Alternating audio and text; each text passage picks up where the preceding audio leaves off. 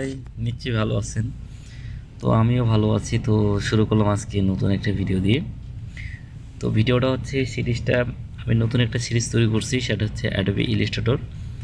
তো অনেকদিন বাদে আজকে ভিডিও পাবলিশ করতেছি, কিছু পার্সোনালি কাজের জন্য খুব ব্যস্ত ছিলাম। তো আশা করি এরপর থেকে কন্টিনিউ ভিডিও দেওয়ার চেষ্টা করব। তো আপনাদের অবশ্যই আমি ভালো ফিডব্যাক পাচ্ছি, আপনাদের অনেক আগ্রহ পাচ্ছি যে আপনারা আমার ভিডিওগুলো দেখতেছেন। তো সেরকম সেরকম মানে মন মানসিকতা আপনাদের আছে বলেই আপনারা আমার কাছ থেকে মানে ভালো কিছু পাচ্ছেন বলেই কিন্তু দেখতেছেন। তো আপনাদেরকে অসংখ্য অসংখ্য ধন্যবাদ। তো আজকে শুরু করছি নতুন একটা ভিডিও দিয়ে, যেহেতু অ্যাডোবি নতুন একটা সিরিজ শুরু করছি অ্যাডোবি ইলাস্ট্রেটর। তো এই সিরিজে আমি আগেও বলছিলাম যে বেসিক লেভেল থেকে শুরু করব। তো আজকে আমরা ডিজাইন শুরু করার আগে আসলে বেসিক জিনিসটাই হচ্ছে মেন। আপনি যদি বেসিক জিনিস যদি না জানেন তাহলে আপনি কিন্তু কাজ করতে পারবেন না।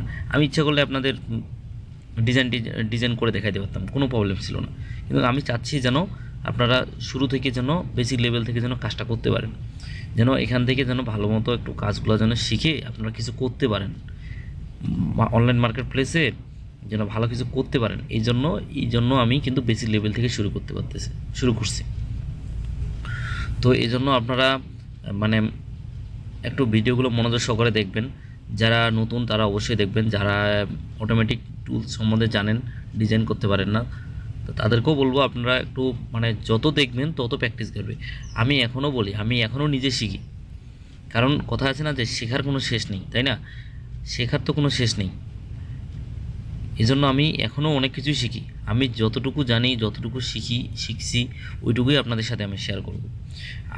আপনারা অবশ্যই মানে আমারও ভিডিও দেখবেন, দেখার পর আপনারা নেটে রিসার্চ করবেন, রিসার্চ করে দেখবেন। মানে দিন শেষে একটাই কথা, আপনার হচ্ছে আগ্রহ থাকা লাগবে। আপনি যেখানেই যে কোনো ভিডিও, যে কোনো ইউটিউবারের আপনি ভিডিও দেখেন না কেন, সেটা যদি আপনি মনোযোগ সহকারে দেখেন, কী শেখাচ্ছে, কতটুকু আপনি শিখতে পারছেন, কতটুকু ওখান থেকে নিতে পারতেছেন, আপনি ওখান থেকে নেওয়ার চেষ্টা করবেন।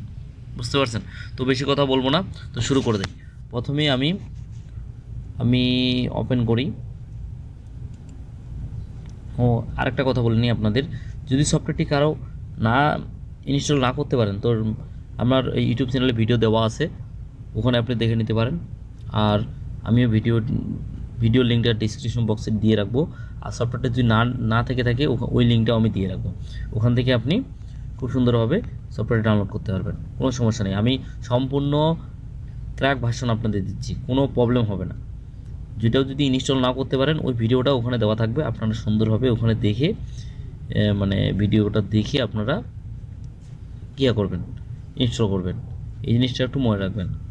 তো দেখেন আমার সফটওয়্যারটি ওপেন হয়ে যাচ্ছে। এর আগে দেখাইছি কীভাবে সফটওয়্যারটা ওপেন করতে হয়। তো এটা ওপেন হয়ে গেছে। দেখেন আপনাদের এরকম কিন্তু ডায়ালগ বক্স আসবে অটোমেটিক। আপনারা যখন সফটওয়্যারটি ইনস্টল করবেন এরকম একটা ডায়ালগ বক্স চলে আসবে। বুঝতে পারছেন? একটু এরকম একটা ডায়ালগ বক্স আসবে।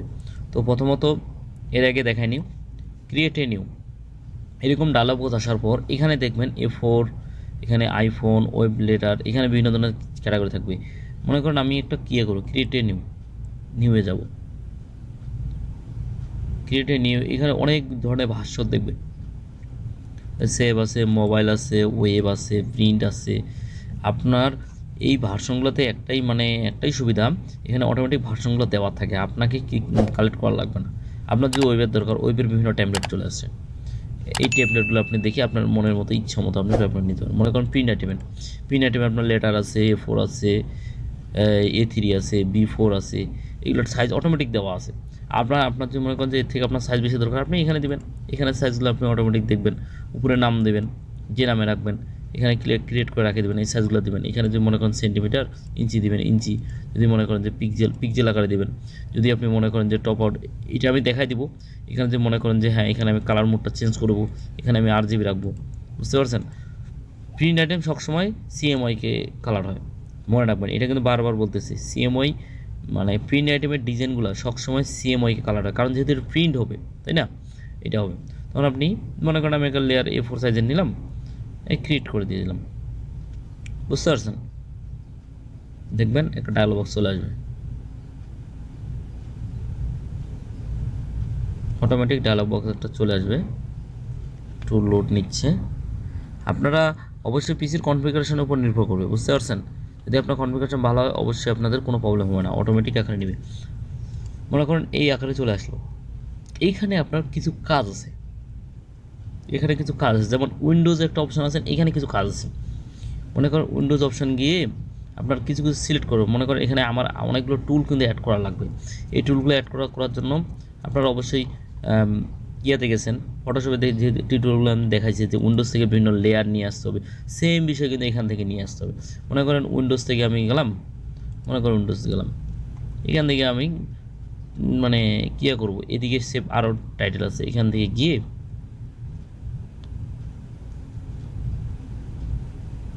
এখানে গিয়ে আমি অ্যাডভান্সে দেখেন আর অনেক কিছু অ্যাড হয়ে গেল, আরও কিছু অ্যাড করবো। এখানে গিয়ে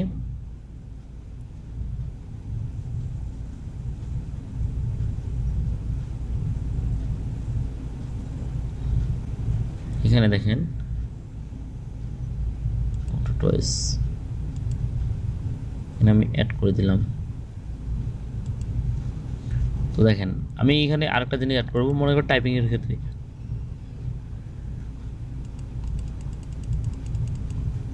টাইপিং করব, এটাকে করার জন্য প্রিফারেন্স টাইপ থেকে সেন্টারে লিখে যাবো, এখান থেকে টাইপিং, এটা আপনি যেখানে ইচ্ছে সেখানে নিয়ে যেতে পারবেন, বুঝতে পারছেন?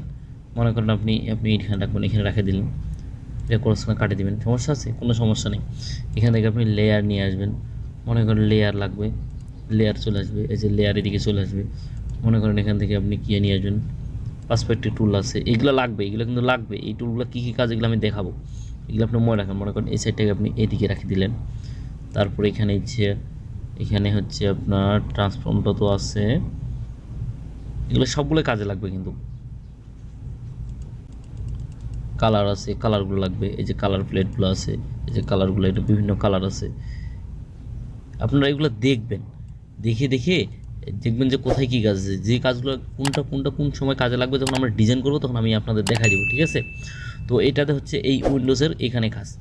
আর কন্ট্রোল আর দিবেন, কন্ট্রোল আর দিলে রোল আপ চলে আসবে, এই জিনিসটা কিন্তু আমাদের লাগবে। এই দেখেন এদের রোল আপ চলে আসতেছে, কিন্তু দেখছেন এটা দাগ একটা আসতেছে না, এটা কন্ট্রোল আর দিয়ে মনে করেন এটা হাইড করে রাখবেন, কন্ট্রোল আর দিয়ে আবার ডবল চাপবেন, চলে যাবে, কন্ট্রোল আর দিয়ে নিয়ে আসবেন, আবার কন্ট্রোল আর দিয়ে চলে যাবে, বুঝতে পারছেন? মানে যে জিনিসটা নিয়ে আসবেন এই লাইনগুলো কিন্তু কাজে লাগবে। এগুলো আমাদের কেন লাগবে, যখন ডিজাইন করব তখন অ্যালাইনমেন্ট ঠিক রাখার জন্য, সাইড করার জন্য, মানে যেন সোজা থাকে ডিজাইনটা, এইগুলো কিন্তু ব্যবহার হয় ডিজাইনের ক্ষেত্রে, বুঝতে পারছেন? এটা ডিলিট করবো, এটা সিলেক্ট করবেন, ডিলিট চাপবেন, এটা সিলেক্ট করবেন, ডিলিট চাপবেন, বুঝতে পারছেন? এইভাবে আপনাদের পর্যায়ক্রমে দেখতে হবে, বুঝতে পারছেন? এভাবে কি কাজ, এরপরে আমি টিউটোরিয়ালে আপনার এইগুলার কী কাজ, এটার কী কাজ, এগুলো আমি পর্যায়ক্রমে আপনার দেখাই দেবো, যেহেতু আমি চাচ্ছি যেন যেটুকুই আপনার শেখেন যেন ভালো মতোভাবে শেখেন, বুঝতে পারছেন? অবশ্যই আমি আস্তে আস্তে আপনাদের পর্যায়ক্রমে দেখাই দেবো, ঠিক আছে? টেনশনের কোনো কারণ নেই। তো আপনারা অবশ্যই ভিডিওটা যারা এতক্ষণ থেকে দেখছেন তাদেরকে অসংখ্য ধন্যবাদ, যারা নতুন তারাও দেখছেন। আর ভিডিওটি ভালো লাগলে কমেন্ট বক্সে জানিয়ে দেবেন, আপনাদের মতামতের উপর ভিত্তি করেই কিন্তু আমি ভিডিওগুলো বানাচ্ছি, বুঝতে পারছেন? আর ভিডিওর মধ্যে কোনো যদি ভুল ত্রুটি হয়ে থাকে তাহলে অবশ্যই আমার ক্ষমা দৃষ্টিতে দেখবেন। আর অসংখ্য ধন্যবাদ, ভালো থাকবেন সবাই, ধন্যবাদ সবাইকে।